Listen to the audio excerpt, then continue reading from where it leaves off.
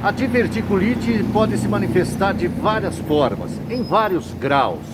É uma doença que pode até matar. Sobre essa doença, nós conversamos com um especialista, Dr. Silvio Riso. Vejam o que o médico disse sobre essa doença. A diverticulite, Beto, é uma doença diferente da diverticulose. O que é o divertículo? O divertículo é uma bolha, uma hérnia que se dá dentro do intestino por constipação intestinal, quer dizer, por intestino preso, por aquela pessoa que come pouca fibra, que toma pouca água, que faz pouca atividade física. É como se fosse uma fraqueza muscular do intestino que vai formar uma bolha na entrada das artérias do intestino. Isso grande parte da população tem depois dos 60 anos. Então a doença do divertículo ela não dá sintoma. A diverticulose ela pode dar algum sintoma de empachamento, sensação de comer uma bolacha, comer um boi inteiro, intestino mais preso, grande quantidade de gases que a gente chama de flatulência, diarreias seguidas, depois fica alguns dias com o intestino preso seguidamente. Isso é diverticulose, que quando se entope o divertículo provoca a diverticulite, que é a mesma coisa que acontece com a apendicite. Entope o divertículo, faz com que cresça a bactéria dentro desse divertículo, ele incha, vou falar sem termo mediquês aqui, podendo algumas vezes perfurar. Então, toda diverticulite nós temos uma classificação que vai de 0 até 4. 0 quando é uma inflamação simples, 1 quando ela só inflama, 2 quando ela dá um abscesso pequeno, 3 quando é um abscesso maior e 4 quando é o maior nosso medo, quando fura esse divertículo e cai fezes dentro do intestino, provocando o que a gente chama de peritonite.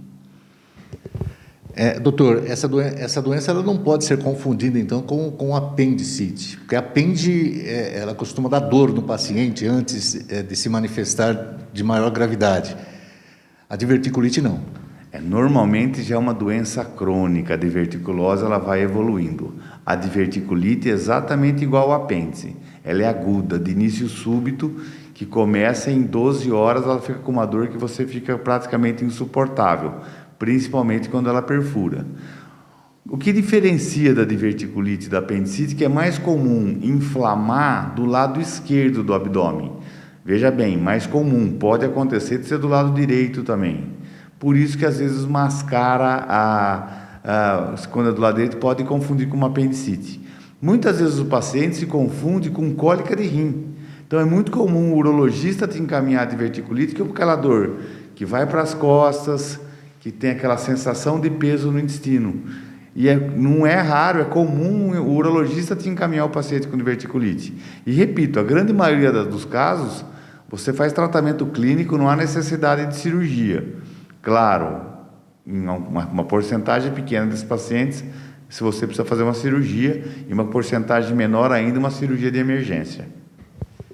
Como prevenir? Existe alguma forma correta de se prevenir? Tudo que a gente faz no século XX, na segunda metade do século XX, na primeira metade do século XXI, fez com que o índice de diverticulite aumentasse mais de 100 vezes. Quanto menos alimento industrializado você comer, melhor. Quanto mais fruta, mais verdura você comer, melhor. Quanto menos carne vermelha você comer, melhor. Isso está cada vez mais difícil com a nossa dieta. Por isso que países da Ásia têm muito menos diverticulite, doença diverticular, do que nós do Ocidente. Porque lá se come muito mais fibra, muito mais líquido, muito menos carne vermelha. O esforço corporal, né? Pessoas acima de 60 anos que fazem academia, que de repente trabalham com peso, fazem um fisiculturismo, ele pode desenvolver isso ou fazer com que isso se desenvolva? Não tem nenhuma relação. Nós temos que lembrar que nós temos 2 tipos de músculo no organismo. O músculo que responde com o exercício físico, que é o músculo dos ossos. E a musculatura que nós temos no estômago, no intestino, na bexiga, que é um músculo que são independentes do estímulo físico. É esse músculo que enfraquece o intestino. Esse músculo não tem nada a ver com a atividade física, pelo contrário. Pessoas que praticam atividade física regularmente têm menos chance de desenvolver diverticulite. Não doença diverticular, mas tem menos chance de inflamar. Doutor, muitas pessoas costumam se tratar em casa e de repente pensa que tem uma cólica de rim, está com uma dor de estômago e costuma se tratar em casa. O conselho é não fazer isso, né? De maneira nenhuma, porque você pode ter uma doença leve, lembra que eu falei que vai de 0 até 4, uma doença que está grau 0 ou grau 1, que você trata tranquilamente com antibióticos, você vai tomar teus Buscopan, desculpa falar o termo, na vida, e isso vai perfurar e vai transformar em grau 4, vai ter que fazer uma cirurgia de urgência e de emergência.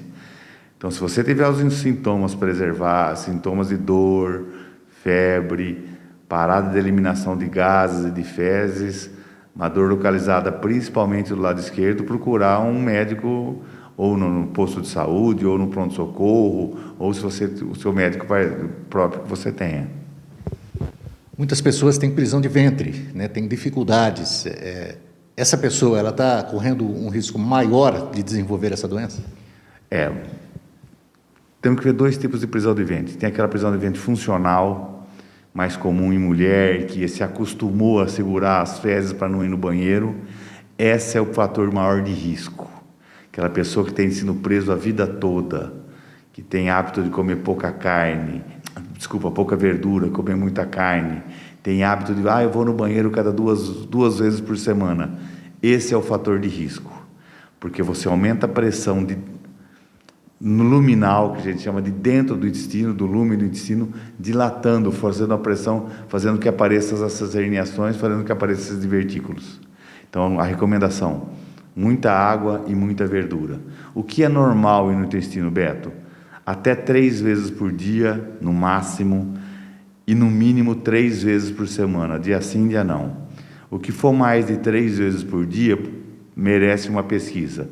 O que for menos que 3 vezes por semana, merece uma pesquisa. Sempre importante. Depois dos 50 anos, todos precisam fazer uma colonoscopia. Não só para diverticulite, mas principalmente para pesquisa de câncer coloretal, que é um diagnóstico diferencial de divertículo também.